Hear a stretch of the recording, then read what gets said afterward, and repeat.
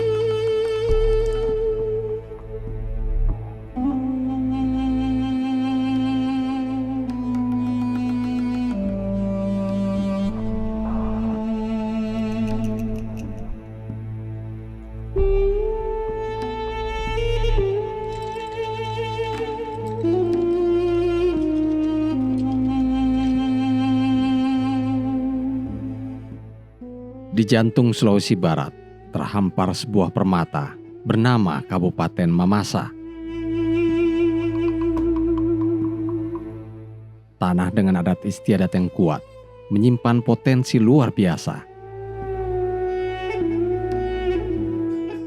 Di balik keindahan dan kearifan lokalnya, Mamasa dihadapkan pada sebuah tantangan krusial, ketahanan energi.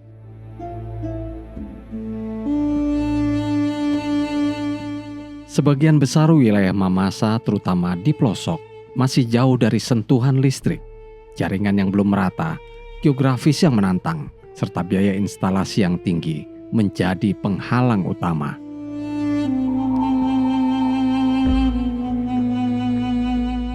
Akibatnya, kehidupan masyarakat sangat tergantung pada sumber energi tradisional atau terbatas.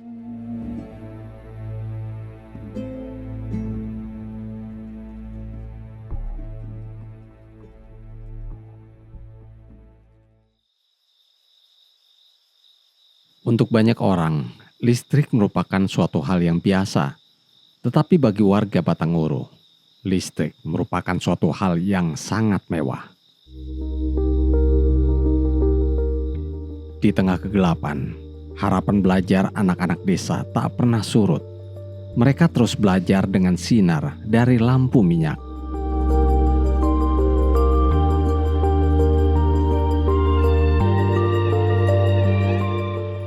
Bahkan ibu-ibu yang tak pernah lelah dan terus memasak di tengah sulitnya cahaya. Kegelapan bukan hanya tentang malam, tetapi tentang keterbatasan harapan. Namun dengan keterbatasan yang ada, warga desa Batanguru tak pernah menyerah.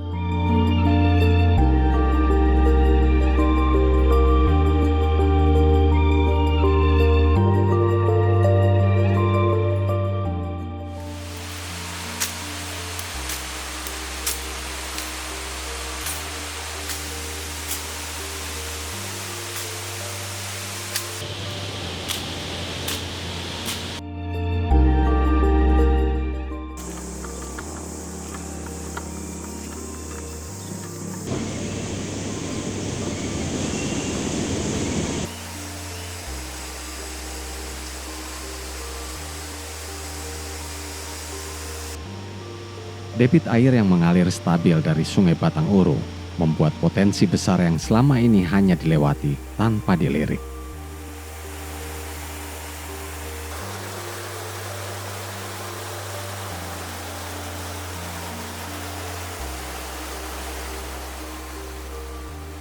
Di tangan Linggi, aliran sungai yang dahulu hanya menjadi suara latar pedesaan, kini menjelma sebagai sumber terang bagi ratusan kepala keluarga.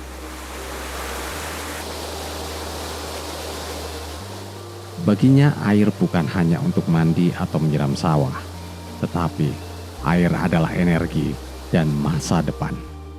Karena waktu itu listrik PLN baru ada di Polewali. Karena waktu dulu itu kan masih bergabung Polmas, Polewali Mamasa. Nah itu waktu kita masa sekolah itu dari SD sampai SMA, itu listrik baru di Polewali. Ya masyarakat yang namanya masyarakat desa ya kita berapa 40 tahun lalu, 50 tahun lalu. Mana mungkin air mau bisa jadi api, jadi lampu. Karena justru kalau api dipadamkan dengan air, kenapa justru air mau jadi itu? Itu hal-hal begitu. Kalau sampai nekat untuk buat turbin pertama itu tidak ada yang itu. Hanya itu situasi dan kondisi setempat itu bahwa kita ini dalam kegelapan. Padahal di luar sana sudah ada teknologi turbin misalnya. Kita tinggal bagaimana caranya kita bisa juga merakit itu. Karena itu lagi-lagi didorong kegelapan Batanghuru khususnya dan Mamasa pada umumnya, di samping itu bahwa Mamasa cukup punya potensi untuk dikembangkan itu, sehingga saya mencoba memberanikan diri.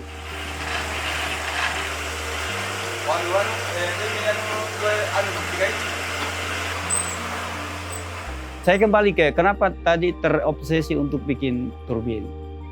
Turbin saya ingat saya semasa kecil saya itu dulu itu dikenal ada program kehutanan namanya reboisasi, penghijauan.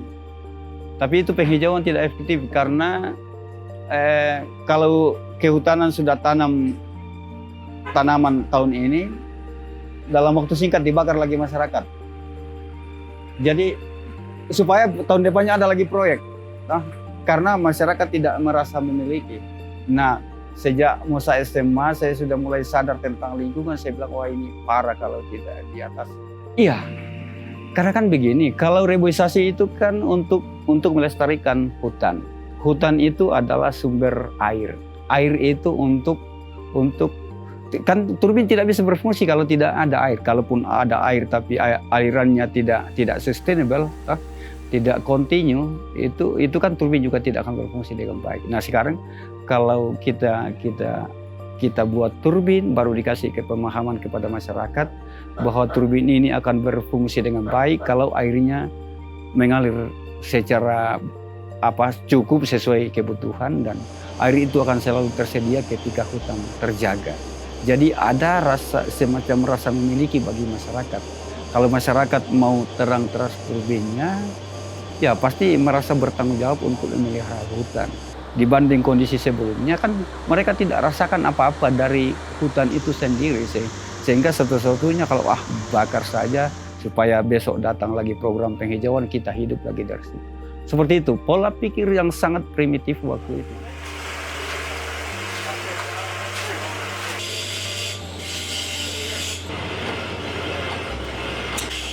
Dibantu oleh lembaga swadaya, relawan teknik, dan dukungan pemerintah daerah, proyek mikrohidro mulai berjalan. Dimulai dari nol, tantangan demi tantangan terus mereka hadapi. Tetapi semangat gotong royong tak pernah memudarkan semangat masyarakat desa demi membangkitkan harapan baru dan demi secercah cahaya untuk desa Batanghuru. Kalau saat ini turbin yang katakanlah yang masih berfungsi di desa Batanghuru itu masih 3, termasuk yang di sini.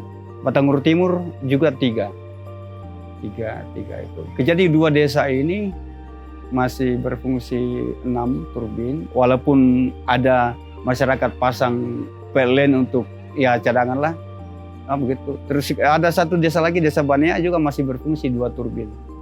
Kalau Mamasa pada umumnya dan Batanghuru khususnya itu sebelum ada turbin, ya orang kan gelap gulita. Jadi biasa itu kita itu cepat-cepat masak untuk makan malam itu kita usahakan itu makan malam itu sekitar jam 6. Atau karena kalau sudah terlanjur malam itu jam 7 baru makan malam itu, jadi kita pakai pelita begitu.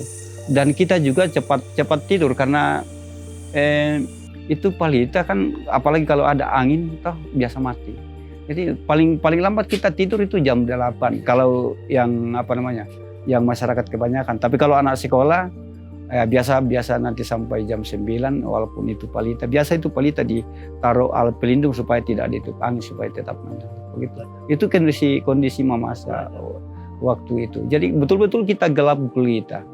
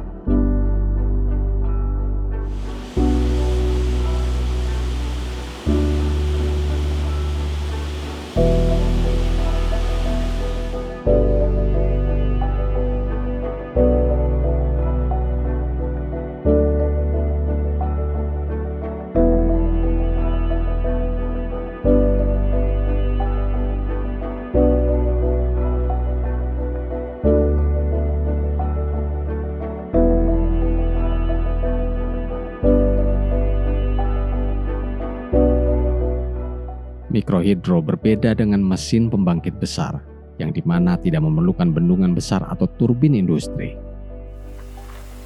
Air dialirkan dari sungai melalui pipa di sebuah rumah turbin.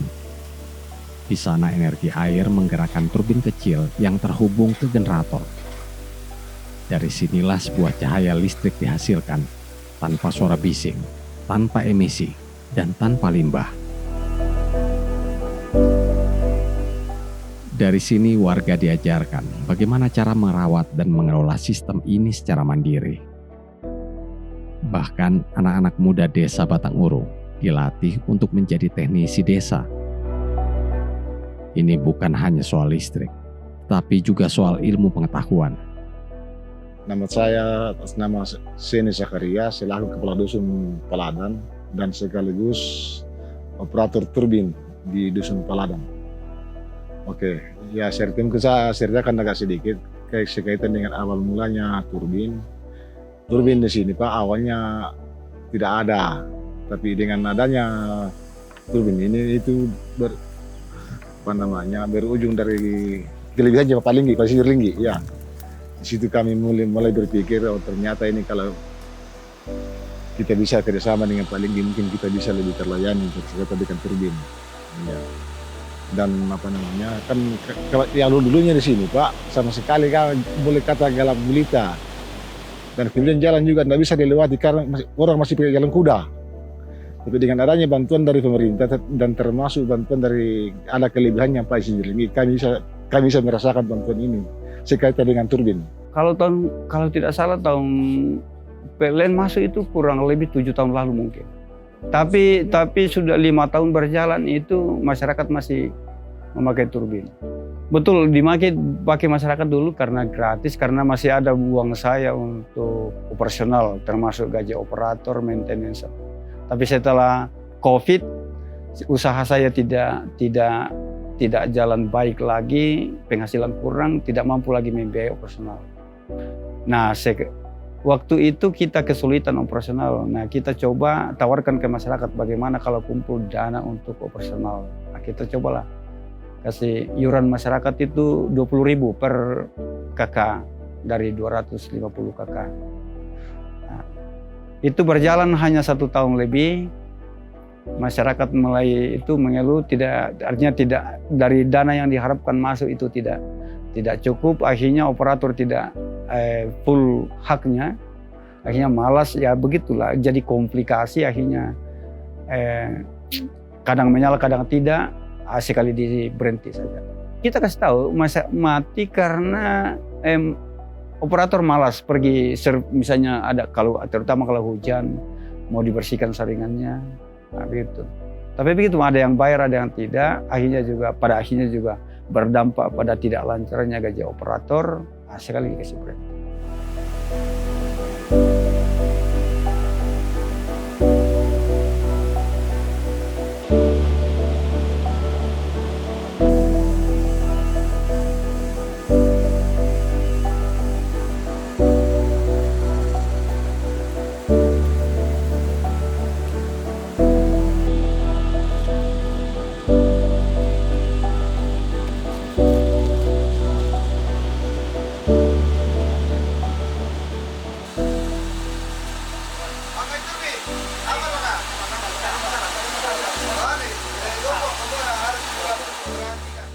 Ya kalau perawatan Pak, kalau ada kerusakan kami tanggung bersama Pak. Katakanlah harganya 1 juta itu kami bagi rata Pak dari sekian pelanggan. Katakanlah kalau turbin ya itu hanya 15.000 per bulan dan itu bisa pakai lampu tergantung berapa kita mau pakai. Dibandingkan PLN Pak, kalau kami pakai setrika apa segala itu paling kurang 110.000 per bulan Pak. Kalau dibandingkan dengan turbin sangat membantu sekali.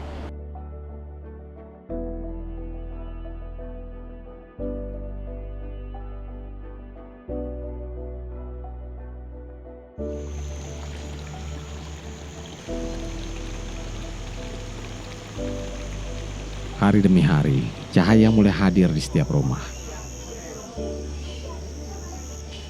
Anak-anak kini bisa belajar malam hari tanpa rasa takut.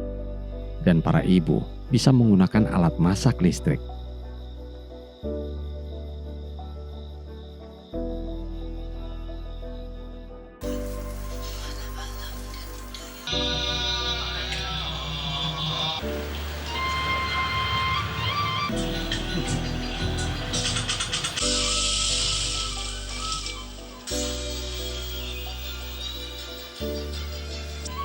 Within the enchanting Tanjung Puding National Park.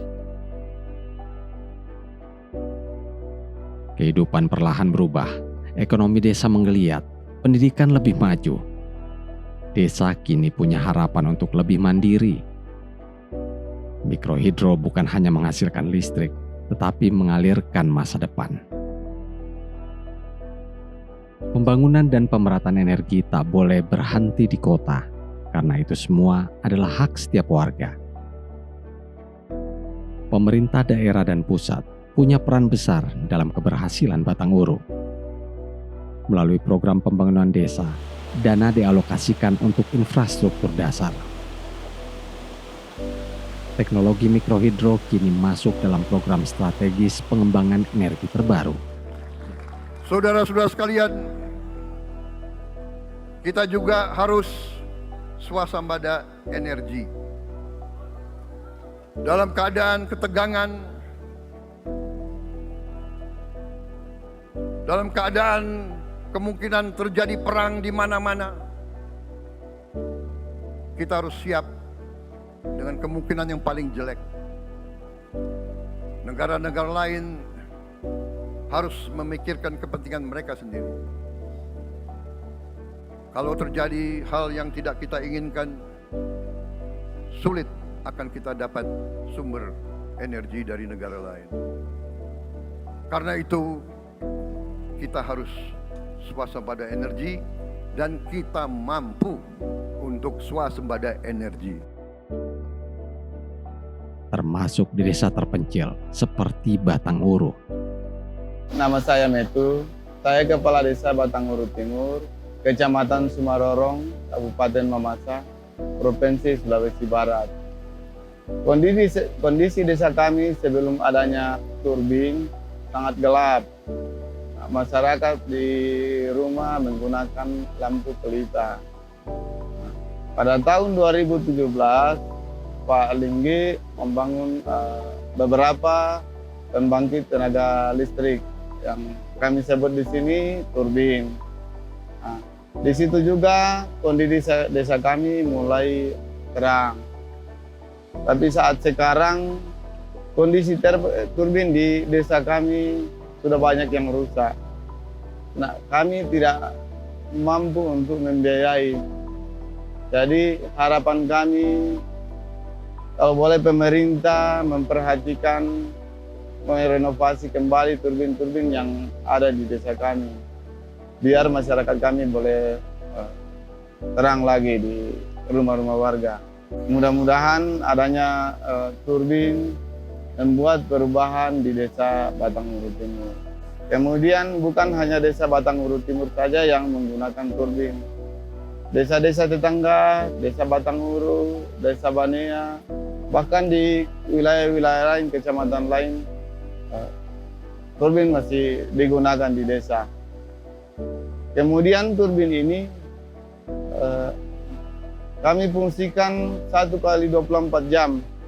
Tadi ada pun warga kami yang sudah menggunakan PLN, tapi PLN kami gunakan sebagai cadangan saja pada saat turbin rusak.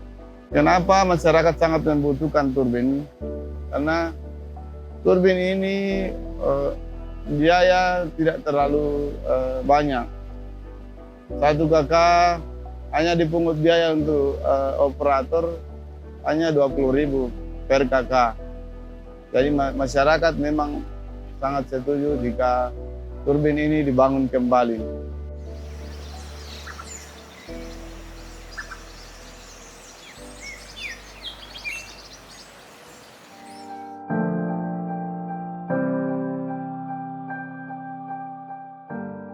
Batang Uru adalah contoh kecil dari perubahan besar yang mungkin terjadi.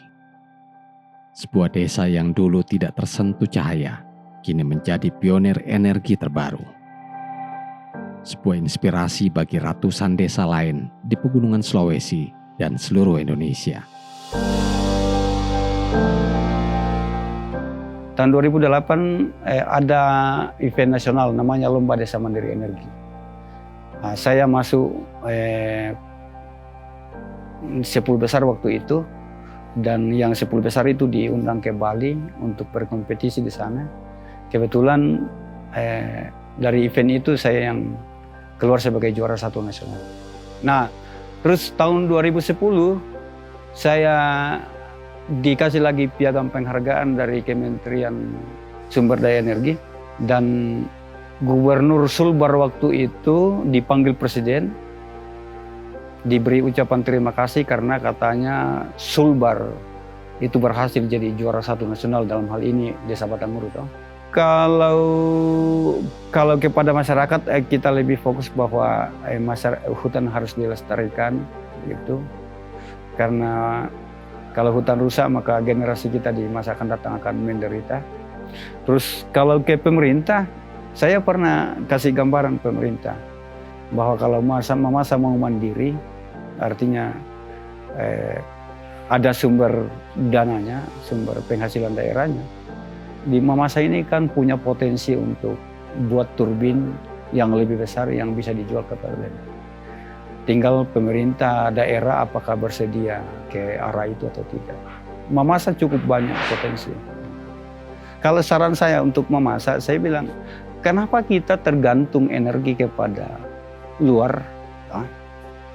Sementara kita punya potensi energi yang luar biasa.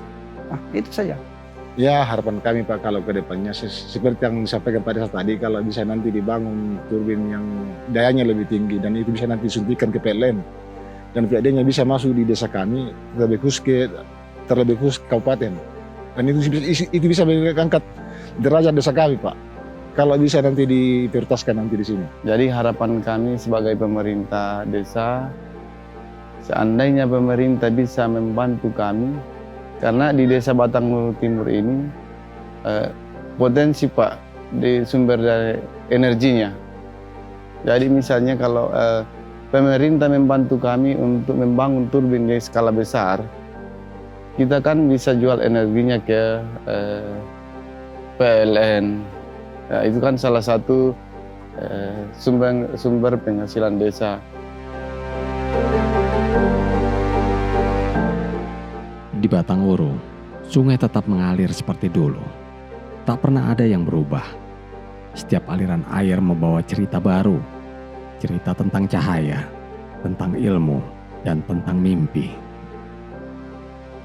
Sebuah desa kecil yang menyala dari sungai, serta menjadi simbol dari harapan Indonesia. Karena kemajuan tak selalu datang dari kota. Kadang ia mengalir pelan dari pelosok, dari sungai yang jernih, dari tangan-tangan masyarakat desa yang tak pernah berhenti bermimpi tentang terang.